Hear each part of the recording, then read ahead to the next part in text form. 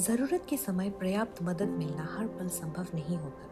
किसी के लिए लंबा सफर तय करना तकलीफदायक होता है, तो किसी के पास पर्याप्त समय नहीं होता। आयुष्मान भारत परियोजना इसी संदर्भ में उठाया गया एक कदम है।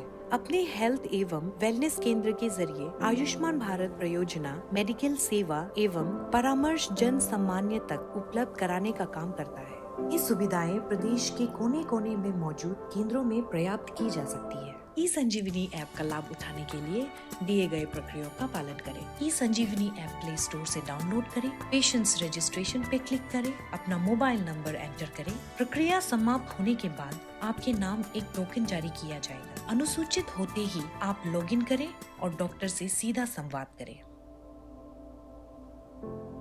हमने कुछ जरूरी चीजों का जल्द से जल्द समाधान निकालने का महत्व समझा। इसी प्रक्रिया के तहत सबसे जरूरी है शीघ्र अतिशीघ्र मेडिकल ट्रीटमेंट उपलब्ध कराना। इसी के साथ डॉक्टरी सलाह और मेडिकल प्रबंध उपलब्ध कराना भी इसी प्रक्रिया के तहत किया जाता है।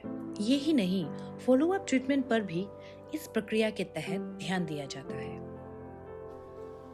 All you have to do is register yourself to connect with us, and we shall provide you with all the help you need. And we make sure the interaction you have with us is easy and taken up with utmost care. E Sanjeevani app के द्वारा किए गए हर संवाद पे ई prescription एवं free दवाइयों का प्रावधान भी रखा गया है। इस ऐप को बनाते समय ये भी ध्यान रखा गया है कि कम से कम समय पर उपयुक्त डॉक्टरी जांच और मेडिकल ट्रीटमेंट आप तक पहुंचाया जाए। अब आप सही समय पर उचित मेडिकल सेवा का भी लाभ उठा सकते हैं, अपने घर बैठकर, बिना किसी अतिरिक्त खर्च करते हुए। ये सारी प्रक्रिया सरकार के तरफ से पूरी तरह से मुफ्त उपलब्ध कराई जाती है। Please visit the Health and Wellness Center near you. And you can also download the app, and we are here to take your call. इस विषय पर और जानकारी के लिए अपने करीबी हेल्थ एंड वेलनेस सेंटर पर संपर्क करें।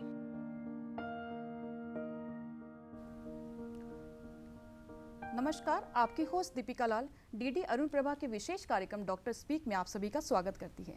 जैसा कि तय है कि हर बार हम हेल्थ सेक्टर से कुछ नई और विशेष जानकारियां आप तक लेकर आते हैं। इसी कड़ी में एक बार फिर से हम हाजिर हुए एक नए विशेषज्ञ और एक नई जानकारी के साथ। हमारी आज की चर्चा का विषय रहेगा द इम्पॉर्टेंस ऑफ टेलीमेडिसिन, और चर्चा और परिचर्चा के लिए हमारे साथ जो विशेषज्ञ जुड़े हैं वो हैं ट्रिम्स के nodal officer doctor Mingam Pertin. हम स्वागत करते हैं अपने डॉक्टर का। नमस्कार सर। सबसे पहले तो ये जो हम प्रोग्राम है इसके बारे में हमें थोड़ा ये जो हमारा जो टर्म है टेलीमेडिसिन, इसके बारे में थोड़ा बताइए कि टेलीमेडिसिन होता क्या है, हमारे दर्शक जानना चाहेंगे। देखिए, ये टेलीमेडिसिन जो है दो शब्दों का मिश्रण है, जैसे टेली और मेडिसिन, यानी कि अगर हिंदी में बोले तो दूर चिकित्सा।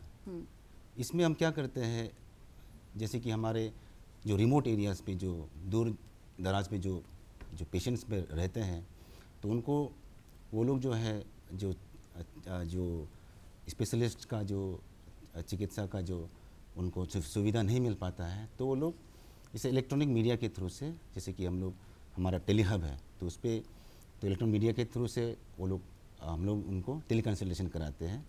जिस पे हम लोग जो यूज़ करते हैं वो एक ऐप है जो कि हमारा CDAC मोहाली की बनाया हुआ एक ई संजीवनी OPD करके एक ऐप है, जो कि आप उसमें आप प्ले स्टोर पे जाके उसे आराम से डाउनलोड करके उसमें आप रजिस्टर कर सकते हैं, और जैसे रजिस्टर करने के बाद में आप उसके थ्रू से आप टेलीहब पे आप कंसल्ट कर सकते हैं। सर, एक चीज़ और है कि जो ये टेलीमेडिसिन है इसके एग्जाम्पल क्या क्या हैं? टेलीमेडिसिन में बहुत सारे ये हैं, जैसे कि एग्जाम्पल हो गया टेली रेडियोलॉजी, यानी कि आपके पास में कोई एक डिस्ट्रिक्ट पे आपके पास में सिटी स्कैन का जो मशीन जो है, लेकिन आपके पास में रेडियोलॉजिस्ट नहीं है, तो उसका जो क्या कर सकते हैं उसमें, तो जो वहाँ के जो टेक्नीशियंस जो है CT स्कैन पेशेंट से कर लेंगे। उसके बाद में जो हमारा जो ट्रिम्स पे हमारे डॉक्टर हैं वहाँ पे, तो वहाँ पे रेडियोलॉजिस्ट जो है उसको रिपोर्ट को भेज सकते हैं, तो उसका रिपोर्टिंग जो है, जो फाइनल रिपोर्टिंग जो है रेडियोलॉजिस्ट का, वो उसको कर लेते हैं। तो उस तरह से और भी बहुत सारे हैं, जैसे कि टेली फार्मेसी हो गया, जैसे टेली नर्सिंग हो गया, टेली रिहैबिलिटेशन हो गया, टेली न्यूरो साइकोलॉजी हो गया, इस तरह से है। तो सब जो है दूर पे बैठ के आप पेशेंट जो है अस्पताल पे आने की ज़रूरत नहीं है, तो वो अपने घर पे बैठ के भी आप कंसल्टेशन कर सकते हैं। हाँ सर, एक चीज़ आपने जो बताई अभी कि आप घर पर भी बैठ के कंसल्टेशन कर सकते हैं। जी। एक चीज़ बहुत इम्पॉर्टेंट है कि जो हमारा जो अरुणाचल है, इसमें ये काफ़ी मतलब इसमें इंटीरियर एरिया बहुत हैं, मतलब जो जैसे दूर दूर के इलाके या दूरस्थ गांव, तो वहाँ पर ये टेलीमेडिसिन कैसे काम करेगा? मतलब ये जो क्योंकि नेट की सुविधाएं वहाँ ज़्यादा नहीं होती है, तो वहाँ पर कैसे दर्शक मतलब जैसे जो आपके जो मरीज हैं वो कैसे जुड़ेंगे डॉक्टरों से?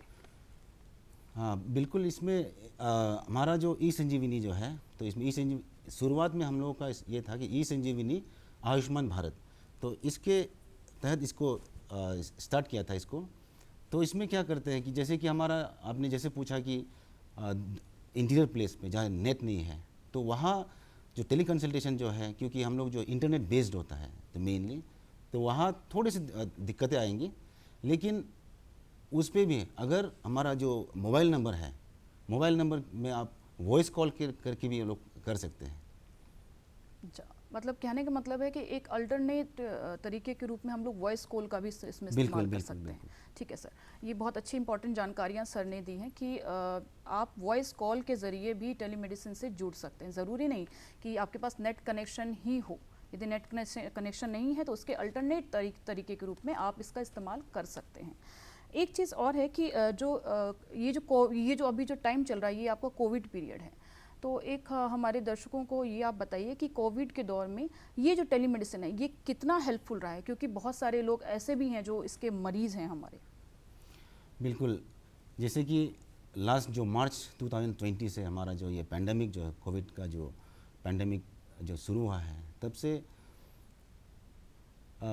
बीच में बहुत लॉकडाउन हुआ है, बहुत सारे जो, और बहुतों को एक्चुअली ये कोविड के महामारी में जो बहुत लोग जो पैनिक करते थे, तो उस पर क्या है, हमारा जो डिस्ट्रिक्ट के तरफ से भी उनका जो है उनका कंसल्टेशन के लिए उनका टीम रहता है। लेकिन हमारा जो ये टेलीमेडिसिन में भी उनके कॉल्स आते हैं, क्योंकि ये हमने सबको ये नंबर्स जो है शेयर किया हुआ है, तो वहाँ से कॉल करते हैं, तो कॉल करके उनको हम लोग फिर बता देते हैं कि जैसे कि कहाँ पे जाना है। हम लोग अगर उनको कुछ डायरेक्टली मेडिसिन नहीं दे पाते तो भी उनको हम लोग एडवाइस कर देते, सलाह दे देते कि आप फलाना डिस्ट्रिक्ट मेडिकल ऑफिसर के या उस सेंटर पे जाइए या उस ट्रायल सेंटर पे जाइए। तो उनका जो सिम्टम्स को देख के, सिम्टम्स या उनको देख के कहाँ पे जाना है आपको, वेदर आपको जो कोविड केयर सेंटर जाना है, CCC जाना है या DCHC जाना है, या आपको या DCH पे जो जाना है, तो उस तरह से हम लोग उनको एडवाइस कर देते हैं। और जो हर डिस्ट्रिक्ट का जो हेल्पलाइन नंबर रहता है वो हम उनको प्रदान कर देते हैं, हम दे देते हैं, तो वो लोग उनको जाके फिर वो लोग कंसल्ट करके हमारा जो डिस्ट्रिक्ट की टीम जो है उनको फिर उनका देखभाल करते हैं। ओके सर, एक क्वेश्चन है कि जो टेलीमेडिसिन है इसके डेवलपमेंट में और इसके विकास में कौन से ऐसे फैक्टर हैं जो अभी काम कर रहे हैं काफ़ी ज़्यादा? देखिए, हमारा जो टेलीमेडिसिन का जो हमारा जो गवर्नमेंट ऑफ इंडिया का ये एक नेशनल जो हेल्थ मिशन, ये उनका जो ये देन है ये, तो हमारा जो अभी फ़िलहाल जो है हमारे स्टेट में हमारा जो टेली हब जो है, हमारा जो मेडिकल कॉलेज जो है, हमारा एकमात्र जो मेडिकल कॉलेज है या ट्रिम्स जो है, तो वो हम लोग टेली हब वहाँ पे है। तो उस पर हमारे जो बहुत सारे जो स्पेशलिस्ट वहाँ पे मल्टी स्पेशलिटी के डॉक्टर्स वहाँ पे रहते हैं, उनका जो समय अनुसार उनका जो वो लोग कंसल्टेशन के लिए बैठते हैं, तो वहाँ पे। और साथ साथ में हमारा जो डिस्ट्रिक्ट्स के जो हमारा डिस्ट्रिक्ट हॉस्पिटल हो गए या प्राइमरी हेल्थ सेंटर्स वगैरह हो गए, या मोस्टली हम लोग जो है सब सेंटर्स जिसको हम लोग कहते हैं हेल्थ एंड वेलनेस सेंटर्स, तो वहाँ के जो हेल्थ एंड वेलनेस ऑफिसर्स जो हैं, तो वो हमारे टेली हब पे कॉल करते हैं। और मेनली जो ये ज़्यादातर जो है हम लोग जो वीडियो कॉलिंग है ये, तो वहीं पे हम लोग जो वीडियो कॉलिंग पे उनका कंसल्टेशन कर लेते हैं। कोई बहुत सारे हैं जो कि जो आप उनका सिम्टम्स वगैरह जो है उनको वीडियो पे देख सकते हैं, उनका पुराना रिपोर्ट्स होगा उनको कर सकते हैं।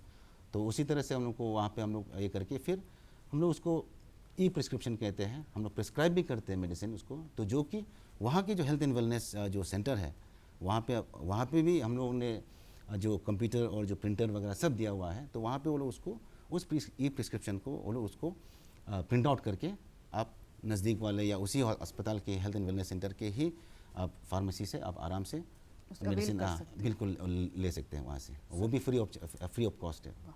सर एक और चीज़ है कि जो टेलीमेडिसिन है इसमें कौन कौन सी ऐसी गंभीर बीमारियां होती हैं जो इसमें कवर हो सकती हैं? कौन कौन सी ऐसी क्रिटिकल कंडीशन में ऐसी हैं जो कि टेलीमेडिसिन में कवर हो सकती हैं या आ सकती हैं? देखिए ये क्योंकि ये टेली कंसल्टेशन है, क्योंकि कंसल्टेशन के लिए कोई आप ऐसा कोई बीमारी नहीं है बीमारी नहीं है जिसमें कि आप कहते हैं कि इसको हम कंसल्ट नहीं कर सकते। आप पेशेंट घर पे हैं, इवन अगर कोई जैसे कि पैरालाइज्ड वाले पेशेंट भी हो, अगर घर पे वो चल के अगर अस्पताल पे नहीं आ पा रहे, हेल्थ एंड वेलनेस सेंटर पे नहीं आ पाते, तब भी हमारे जो हेल्थ एंड वेलनेस ऑफिसर जो है उनके घर जाते हैं।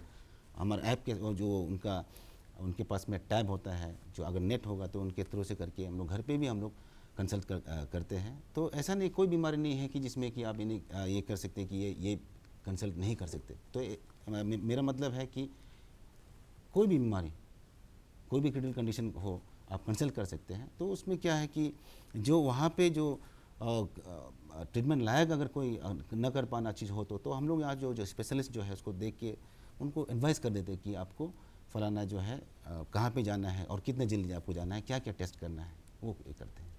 हाँ सर, एक चीज़ और होती है कि जो अमूमन जो मेडिकल होता है, जो भी इलाज होता है, उसमें एक इंश्योरेंस की सुविधा होती है, मेडिकल इंश्योरेंस की। तो क्या जो टेलीमेडिसिन होता है इसमें जो हम डॉक्टरी विजिट जो करते हैं उसमें वो क्या इंश्योरेंस में कवर होता है, वो क्या इंश्योरेंस में आता है? देखिए ये टेलीमेडिसिन के अंदर ऐसा नहीं है कि हम लोग इंश्योरेंस इसमें कोई है, लेकिन जो भी बीमारी जो है, आपका जो भी एलिमेंट होगा, वो जो है अगर आप इसे किसी एक अस्पताल पे, क्योंकि हमारे जो बहुत सारे जो एम्पैनल्ड हॉस्पिटल्स हैं हमारे अरुणाचल में, तो मैक्सिमम हमारे अस्पताल जो है सारे एम्पैनल्ड हैं।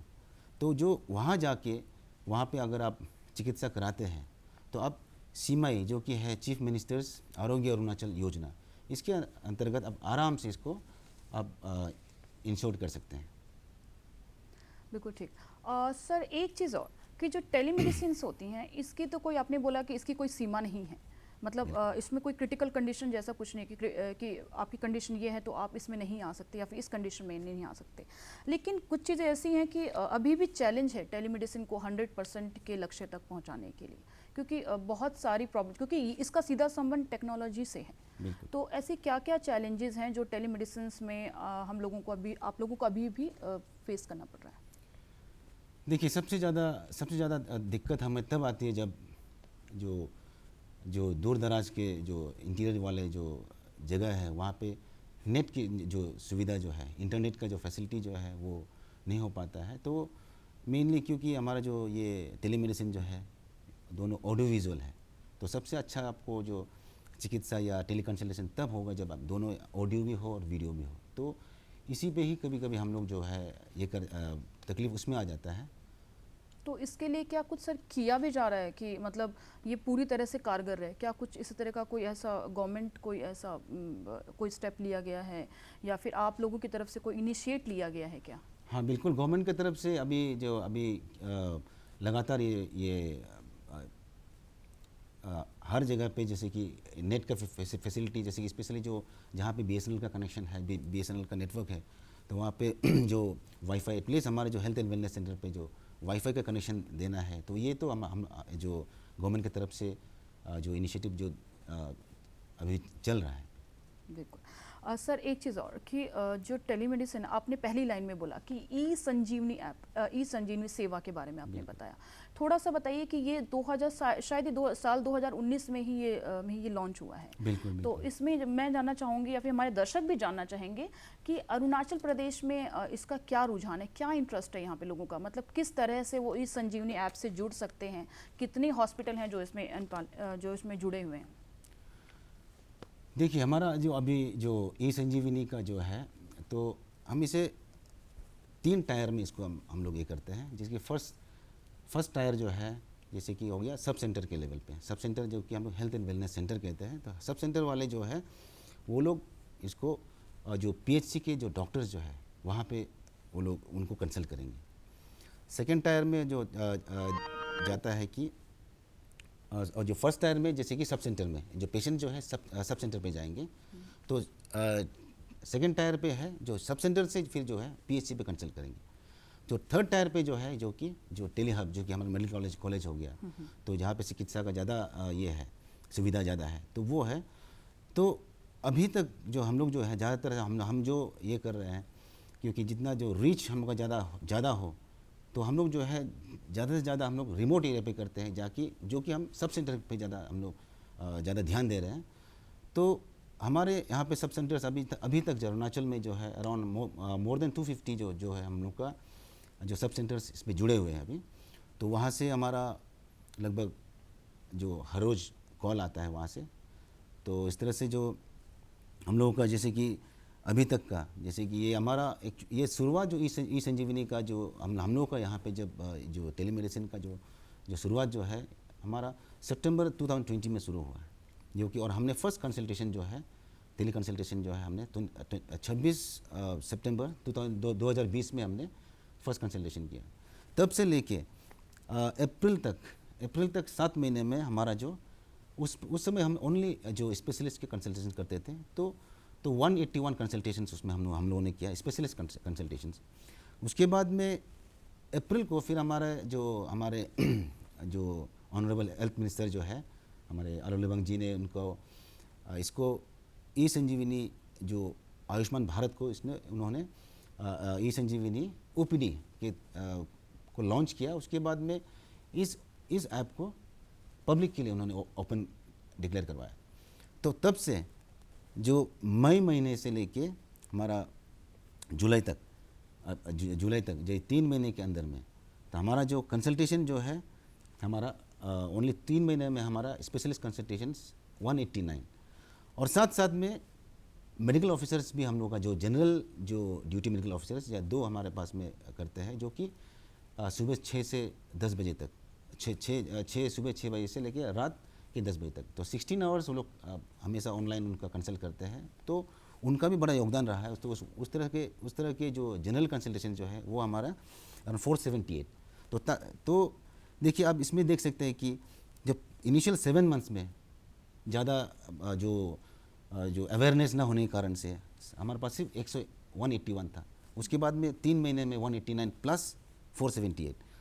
तो ये देखिए कितना जो हमें जो अवेयरनेस होने के कारण से जी बहुत सारे कंसल्टेशन अभी बढ़ गया है। टोटल अभी तक आज के डेट तक, आज 30 जुलाई 2021 पे हमारे पास टोटल हमने कंसल्टेशंस जो किए हैं, हमने 848 टेली कंसल्टेशंस हमने कर लिए हैं।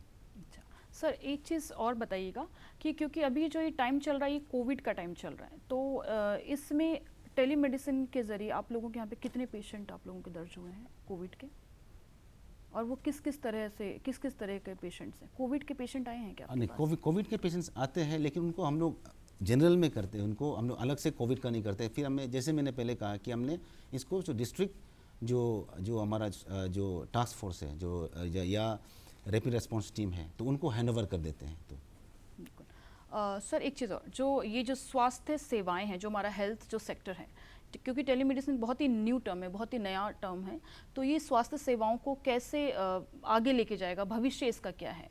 क्या कुछ ऐसा है जो हेल्थ सेक्टर को बहुत आगे लेके जा सकता है टेलीमेडिसिन के ज़रिए? बिल्कुल, ये जैसे कि हमारा जो अभी जो स्वास्थ्य सेवा जो है, ये तो अभी ये डेवलप हो ही रहा है। और अब पिछले अगर आप देखेंगे 40 साल में या 30 साल में या 10 साल के अंदर भी कितना जो हम लोगों का जो हेल्थ डिलीवरी सिस्टम जो है, इसमें बहुत तरक्की हुआ है।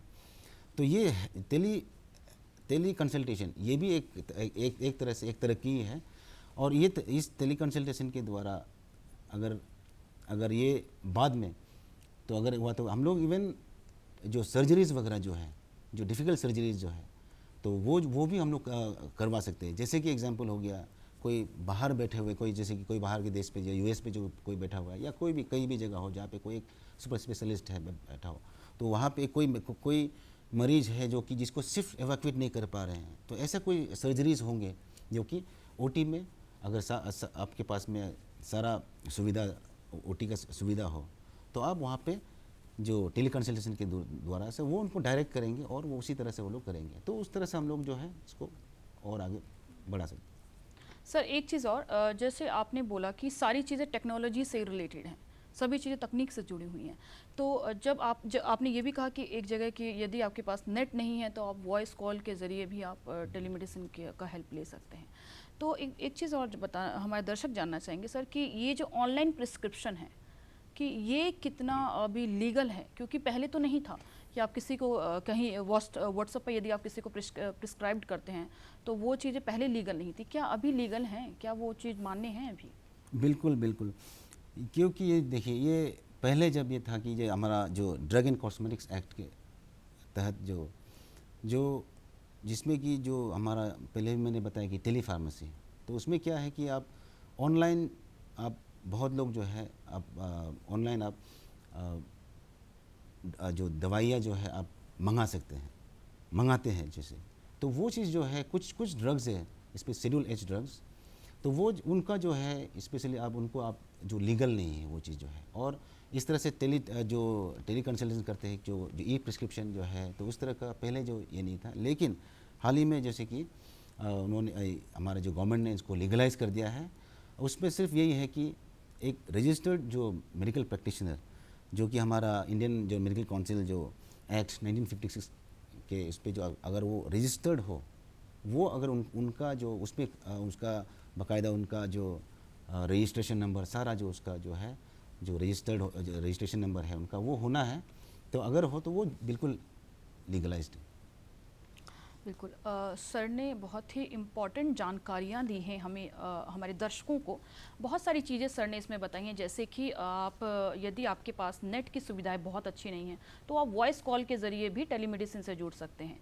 यदि आपके पास टेक्नोलॉजीज़ की कमी है या फिर आपके पास मोबाइल की भी सुविधा नहीं है या फिर व्हाट्सअप जैसी चीज़ें भी नहीं हैं, तो सिर्फ आप टेक्स्ट मैसेज के ज़रिए भी डॉक्टर से जुड़ सकते हैं। और प्रिस्क्रिप्शन भी ऑनलाइन जो प्रिस्क्रिप्शन जो डॉक्टर दे रहे हैं वो भी अब मान्य हो गया है। तो इतनी इम्पॉर्टेंट जानकारियाँ हमने हमारे डॉक्टर ने आज हमारे दर्शकों को दी है, तो इसके लिए हम अपने डॉक्टर का धन्यवाद भी करना चाहेंगे। और जैसे कि इस पूरी जो जितनी भी बातचीत हुई इसमें एक चीज़ निकल के आया है कि जो टेलीमेडिसिन है इसके अलग अलग जो एस्पेक्ट्स हैं, विभिन्न जो पहलू हैं, उसके बारे में डॉक्टर ने बहुत छोटी छोटी डिटेलिंग्स बताई, जैसे कि इसका कोई भी साइड इफ़ेक्ट नहीं है, इसकी कोई सीमा नहीं है, ऐसा नहीं है कि इसका कोई एक बाउंड्री लाइन है कि आप टेलीमेडिसिन इस बीमारियों में आप इस्तेमाल कर सकते हैं। तो ये सब चीज़ें इसके फ़ायदे की हैं और इन सभी चीज़ों के लिए हम डॉक्टर का काफ़ी आभार व्यक्त करते हैं कि उन्होंने बहुत कम समय में इतनी सारी जानकारी हमारे दर्शकों को दी। सबसे बड़ी बात कि हमारे दर्शक हमें देख रहे हैं, इसके लिए हम उनका भी धन्यवाद करना चाहेंगे।